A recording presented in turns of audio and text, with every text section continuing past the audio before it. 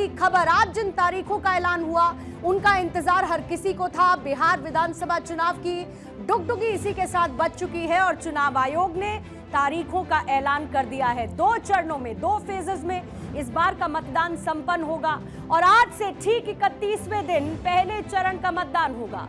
चुनाव आयोग के चुनाव की तारीखों के ऐलान के साथ ही बिहार में कोड ऑफ कंडक्ट यानी कि चुनावी आचार संहिता लागू हो चुकी है। तो आइए सबसे पहले बिहार चुनाव का स्केड्यूल क्या है, यानी कब क्या होगा बिहार के चुनावी कैलेंडर में, वो आपको बता देते हैं। जहां पर सबसे पहले नोटिफिकेशन जारी होगा। नोटिफिकेशन में पहला चरण जिसकी तारीख 10 अक्टूबर है और दूसरा चरण 13 अक्टूबर को रहने वाला है। वहीं दूसरी तरफ नामांकन यानी नॉमिनेशन फाइल करने की जो तारीख है, फर्स्ट फेज के इलेक्शन के लिए यह तारीख है 17 अक्टूबर और सेकेंड फेज के लिए नॉमिनेशन फाइल करने की तारीख 20 अक्टूबर है। अब 2 चरणों में क्योंकि चुनाव संपन्न होना है, तो जो पहला चरण है उसकी तारीख है 6 नवंबर और दूसरा चरण जब वोटिंग होगी तारीख है 11 नवंबर की। अब बड़ी बात यह कि पहले और दूसरे फेज में कितनी सीटों पर कब कब वोटिंग होने वाली है।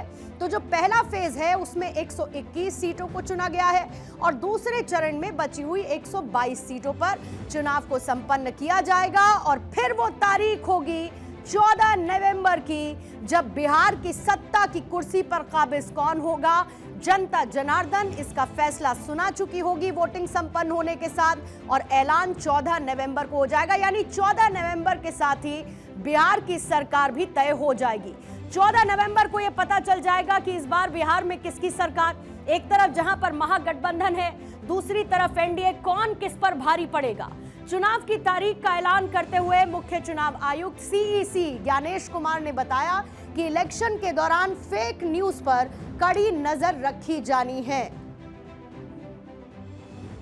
बिहार के दौरे पर चुनाव आयोग ने जिला मजिस्ट्रेट्स को, सुपरिंटेंडेंट्स ऑफ पुलिस को और सभी एनफोर्समेंट एजेंसीज को सख्त निर्देश दिए हैं, zero tolerance to any violence. अगर कोई फेक न्यूज़ या मिस इन्फॉर्मेशन होती है, खास तौर से सोशल मीडिया या किसी भी और प्लेटफॉर्म पर, तो उस मिस इन्फॉर्मेशन को काउंटर किया जाएगा और स्ट्रिक्ट विजिल रखी जाएगी सारे चेक पॉइंट्स पर, जिससे कि ड्रग्स, लिकर और कैश का इलीगल ट्रांजैक्शन न हो पाए।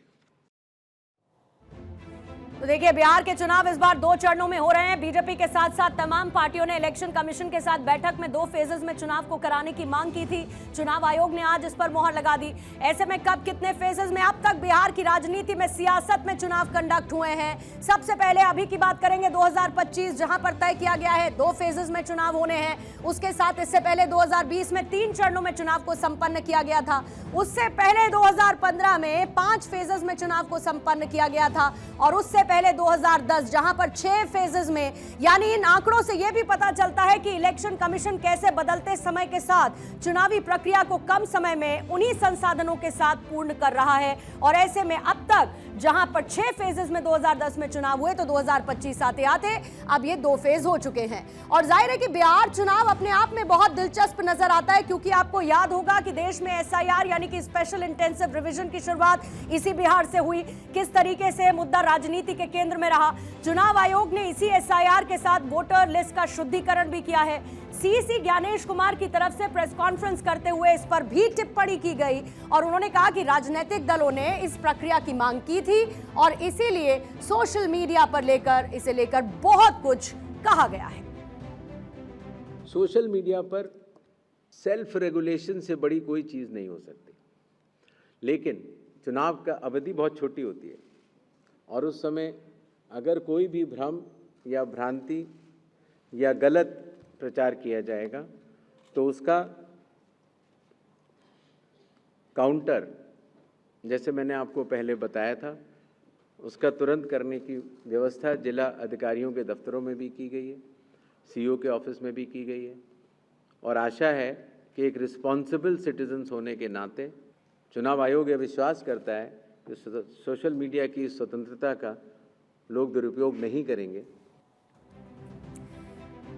और इस बार के चुनाव में बहुत सारी चीजें हैं, नई पहल है इलेक्शन कमीशन की तरफ से देखने को मिलेगी। आज जब तारीखों का ऐलान किया गया तो सीईसी की तरफ से बताया गया कि कैसे वोटर्स अब सिर्फ महज एक कॉल दूर पर है। इसका मतलब क्या है पहले आप ये समझ लीजिए, क्योंकि इस बार चुनाव आयोग की तरफ से जो नई पहल की गई है उसमें चुनाव आयोग ने एक वोटर हेल्पलाइन नंबर जारी की है। वो हेल्पलाइन है 1950 हेल्पलाइन नंबर। अब इसका मतलब क्या है कि अगर आप किसी भी तरीके की कोई जानकारी देना चाहते हैं, बहुत सिंपल है, आपको कुछ नहीं करना है। पहले आप +91 लगाएंगे क्योंकि ये भारत का कोड है। उसके बाद आप जिस जगह की शिकायत या कॉल किसी भी तरीके की जानकारी देना चाहते हैं उसका आपको STD कोड लगाना है और फिर आपको 1950 लागू कर देना है। जैसे कि एग्जाम्पल के तौर पर अगर आप पटना की बात करेंगे तो पटना का जो कोड है वो है 612, तो आपको +91 612 और फिर उसके बाद 1950। अब दूसरी पहल क्या है कि ECI नेट ऐप के माध्यम से मतदाता अपने BLO से कॉल भी बुक कर सकते हैं अगर उन्हें किसी भी तरीके की जानकारी या फिर शिकायत देनी है। ये एक नई पहल देखने को मिलेगी। साथ ही और भी बहुत सारी चीजें हैं जो कि इस बार बिहार के विधानसभा चुनाव में पहली बार देखने को मिलेंगी, जिनका ऐलान सीईसी की तरफ से किया गया है। वो कौन कौन सी चीज है, यानी कि हर एक बूथ पर जहां पर वेबकास्टिंग की जाएगी इस बात का ध्यान रखा जाएगा। हर एक सेंटर पर जहां पर 1200 से ज्यादा वोटर्स नहीं होंगे, यानी कि बहुत ज्यादा भीड़ एक साथ नहीं पहुंचेगी। इसके साथ पोलिंग रूम के बाहर मोबाइल सेंटर एक होगा, यह भी शुरुआत की गई। ईवीएम में उम्मीदवारों की इस बार कलर्ड पिक्चर आएगी, जो पहले ब्लैक एंड व्हाइट हुआ करती थी, अब वो कलर्ड पिक्चर ईवीएम में देखने को मिलेगी। वहीं ECI नेट पर चुनाव की सभी जानकारी उपलब्ध होगी। पूरी पारदर्शिता के साथ इस पहल की शुरुआत की गई है ताकि किसी को भी किसी बात का संशय नहीं रहना चाहिए। तो ये तमाम चीजें हैं जिनको बदलाव करते हुए चुनाव आयोग इस बार के चुनाव कंडक्ट करा रहा है। और इससे पहले मैंने 1950 का जिक्र किया, ये 1950 हेल्पलाइन नंबर है जो चुनाव आयोग की तरफ से जारी कर दिया गया। अब जाहिर है कि बिहार चुनाव को लेकर सियासी शतरंज बिक चुका है और अब सभी पार्टियां हुंकार भरना शुरू कर देंगी। चुनाव इंपॉर्टेंट है और मतदाता को लुभाने के लिए सभी पार्टियां पहले से ही जुटी हुई हैं और आज ये टॉप गियर इसमें लग चुका है। आपको साथ ही ये भी बताऊं कि बिहार में धार्मिक समीकरण आखिर क्या नजर आते हैं। इन धार्मिक समीकरणों के आधार पर भी तमाम पार्टियां वोटर्स को अपने करीब लेकर आना चाहती हैं। तो सियासी शतरंज का जो धार्मिक समीकरण है आखिर वो क्या कहता है। जैसे कि अगर मैं मसलन धार्मिक आधार पर हिंदुओं की बात करूं तो हिंदू कितने परसेंटेज में यहां पर हैं, 81.99% यहां पर हिंदू नजर आते हैं पूरे बिहार में। देखिए मेरे सामने ये पूरा का पूरा शतरंज इस वक्त बिछ चुका है। हिंदू जो कि 81.99% के साथ बिहार में है। जो मुस्लिम आबादी है वो 17.70% की है। ईसाई यहाँ पर 0.05% है। सिखों की संख्या 0.01% की है। बौद्ध यहाँ पर 0.08% है और अगर अन्य यानी कि जो बाकी बचे हुए हैं वो 0.17% बिहार में है। और ये बिहार में सियासी शतरंज का धार्मिक समीकरण है जिसको साधने की कोशिश तमाम पॉलिटिकल पार्टीज अपने अपने हिसाब से करती हैं। और ये भी तय है कि बिहार के लिए अगला महीना काफी अहम है, यानी अगले महीने ये पता चल जाएगा कि बिहार के लोग आखिर किसे अपना भाग्य विधाता बनाते हैं और बिहार का चुनाव इसके साथ ही अब और दिलचस्प होता जाएगा।